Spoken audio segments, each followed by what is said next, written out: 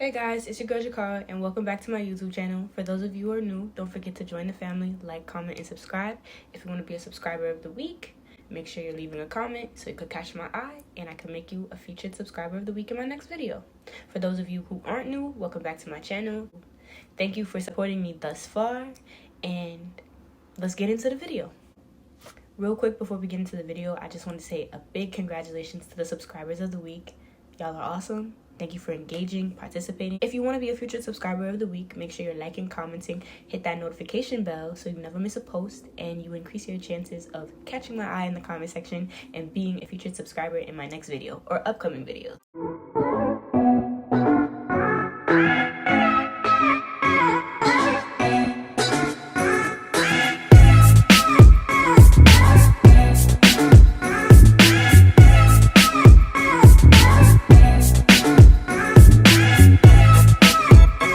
In today's video, I'll be discussing apps, social media tricks, and food spots your Facebook, Instagram, Twitter, and YouTube famous friends don't want you to know about. I'm going to call it the New York City edition because I'm pretty sure the topics that I'm going to touch upon today don't only apply to just in my city. I'm pretty sure there's different forms of it all over the world. And feel free to comment what information about trends that are popular in your city that people try to withhold and keep an elitist or a specific circle of people to know. I feel like it's so whack, and it really grinds my gears. But at the same time, I'm gonna give you both perspectives because there's two sides to every story, and some of y'all on the other side, the opposing side, y'all be wilding, and I see why people move the way that they move. But it's time to talk about it. Clout is the influence or power in business, or especially politics. In this case, we're going to be talking about New York natives and how they move when certain things take off, or when they want to withhold information from their peers, people that they consider their friends. And let me just say this, being from New York is a major flex, huge flex. I'm proud to be a New Yorker. But sometimes the way y'all move, I really don't appreciate it, and I'm about to expose y'all. Another thing, if you're my friend, or if I consider you family, whatever, I'm really fucking with you hard body, there's no reason why I should get disingenuous energy from you. Vibes, none of that. I shouldn't get it, but I do. And we're gonna talk about it today.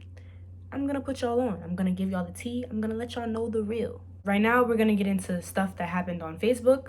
I have definitely been on the outside of wanting to know how to do something to make my picture look cooler, but I've never been the type to fiend and comment. I literally figured it out myself. I didn't fiend like I saw some of the way people were fiending. But then at the same time, the person who did it or got their picture edited from someone else, the way people were fiending under the post to know what app it was, that's what they want. And that's so weird to me. And especially you got people who you consider your friend. Why are you withholding information about something that you could put somebody onto and you consider them your friend? You're a real weirdo for that. Another trend that's really popular is making your photos on Facebook 3D, but there's specific steps. It has to be a picture that you took in portrait mode. I don't know why, but I'm gonna show y'all how to do that. Another thing was the picsart app. A lot of these cool edits that you see on people's picture, the mirror effect, or certain parts of their picture is it's multiplied and it looks like they're moving but they're not. I'm gonna show y'all how to do that. That was a really popular trend on Facebook, and for whatever reason, that's the Facebook famous people who had other people edit it for them, or they know how to do it, they wanted people to fiend or be envious of them under their post just to not say anything and act like it's the secret Krabby Patty formula. Again, people like that are so weird. So if you were once me on the outside, didn't know how to do it, and didn't have the wherewithal to try and go and figure it out, or you kind of gave up, I'm here to put you on today because it's never too late to learn anything. It's never too late. It's never too late. Keep reading, keep researching, keep digging until you find what you're looking for. But at the same time, I've never been the type to beg someone to put me on to something when I can easily put myself on. The internet everybody has access to that. So like my whole thing is when you make a post public, like what did you expect? Now we're gonna talk about clothes. For me, I've had like a negative experience. Small story time. So when I was like 12 or 13, I used to shop at Just. It was limited to, but then they changed it to Justice. But I used to shop there, and like I had an ex best friend, and she asked me where, I got my outfit one time. And I'm not weird. Again, for whatever reason, certain like outfits or styles or sneakers blow up, and y'all like to like not tell anybody where you got your clothes from. But at the same time, I can understand both sides of it, and I'm going to get into both. But right now we're going to talk about the weirdos who like to not tell people where they got their stuff from, acting like in the store they don't make more than one, or they don't have more than one in the store. Like they sell more than one for a reason. Someone is more likely than not to have at least one of the same thing that you have in your closet. Now, it's absurd, ludicrous, crazy for someone to ask you where you got your clothes from and go and buy that exact same fit and pop out in it on the same day that you do in the same function. That's weird as hell. But they sell more than one with the intention that more than one person is going to like it. I just never understood that. Like when these halter tops came out, y'all were weird. Didn't want to send people the link. I don't have the link anymore, but I'm pretty sure that shirt is so old. Like when that shirt came out, females was acting so weird. They didn't want to put anybody on to where they got it. Like weirdos, bunch of weirdos. Back when I ran track, a popular trend was the socks with the capes on them. I had a pair, I think the Batman pair, and I had a Superman pair. I had them, I just hadn't worn them for a while, and then I kind of started to wear them when they became a little bit more popular in Track Nation.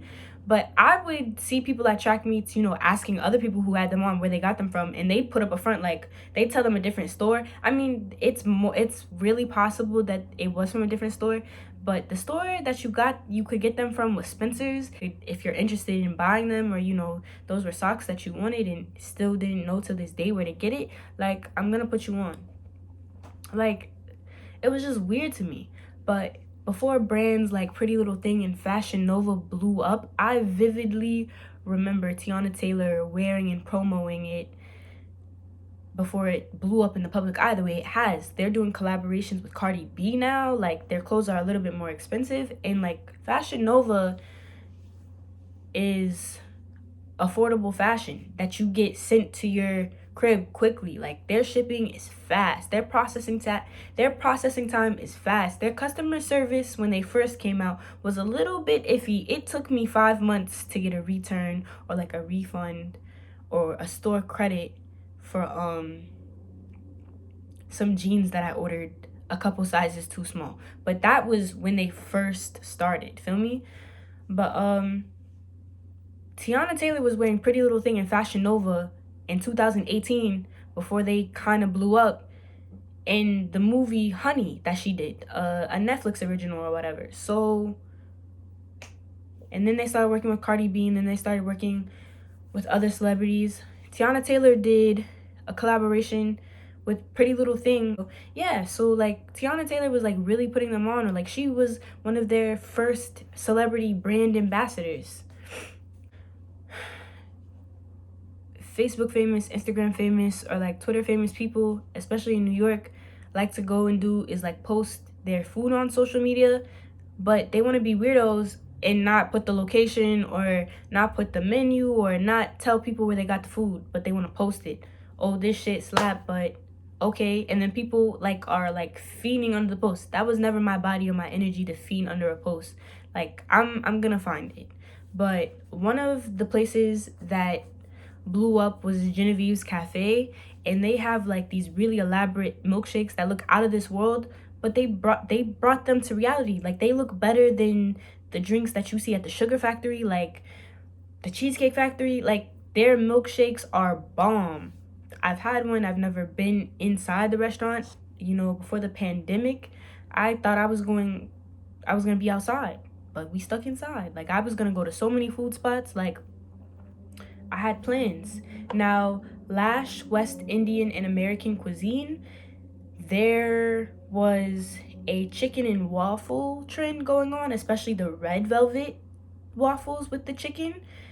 That's where you got that. And like people would post it but not tell anybody where they were getting their food from. Like that was so weird. And y'all was doing the same thing with lobster and burger, the burger and the lobster, like, and like the iPic theater, basically a theater where you could like lay down, get food served to you. Like it doesn't look like a regular movie theater. They look more like beds, like a lot more comfortable and like a cooler movie experience. But due to the pandemic, like I'm pretty sure they're not open.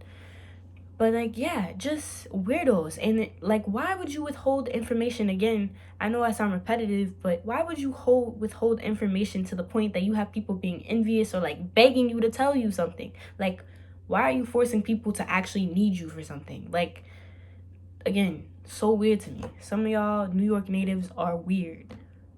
Do anything for clout. Another trend that was really popular was velvet do-rags. A lot of y'all knew where to get it from, didn't want to put people on. A really amazing company that I've heard of is Atira Lions.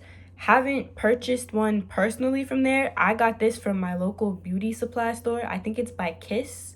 Yeah, they have velvet do-rags, but you know, and I think a lot of major brands who sell do-rags on IG or whatever, they have velvet do-rags too. But when the velvet do-rag became a trend, like I was being weird about that. Didn't want to tell anybody where you was getting your velvet do-rags from. And it's like, why post it? The best way to get something done is to do it yourself.